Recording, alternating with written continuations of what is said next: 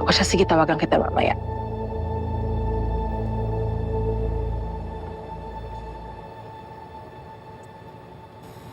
Konti na lang. Mapapatumba na natin si Jade. Konting-konti na lang. Sa mental hospital ng baksak niya. Gaya ng ginawa niya sa akin.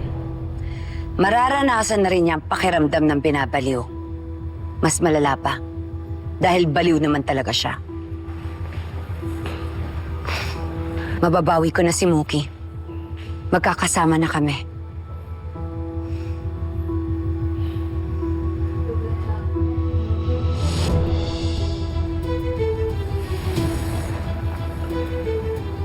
Kapag napuksa na natin ang hinayupak na yan,